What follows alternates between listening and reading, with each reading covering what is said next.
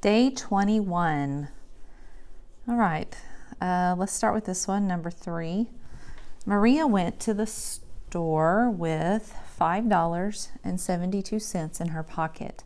She spent 56 cents on a piece of candy, and she spent $1.89 on a bag of popcorn. How much money does Maria have left? Don't forget to pause as needed. And you also have this great place value chart right here to use. All right, let's go look at number 2. Round the following number to the nearest 10,000. Make sure you underline the 10,000s place. Down here, number 1. Write the following number in standard form. 28 10 millions, 4 1,000s, 13 tens, 7 tenths. And notice it's all color coded for you.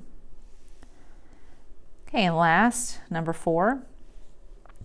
Sonny has 1 $5 bill, 6 $1 bills, 7 quarters, and 2 pennies.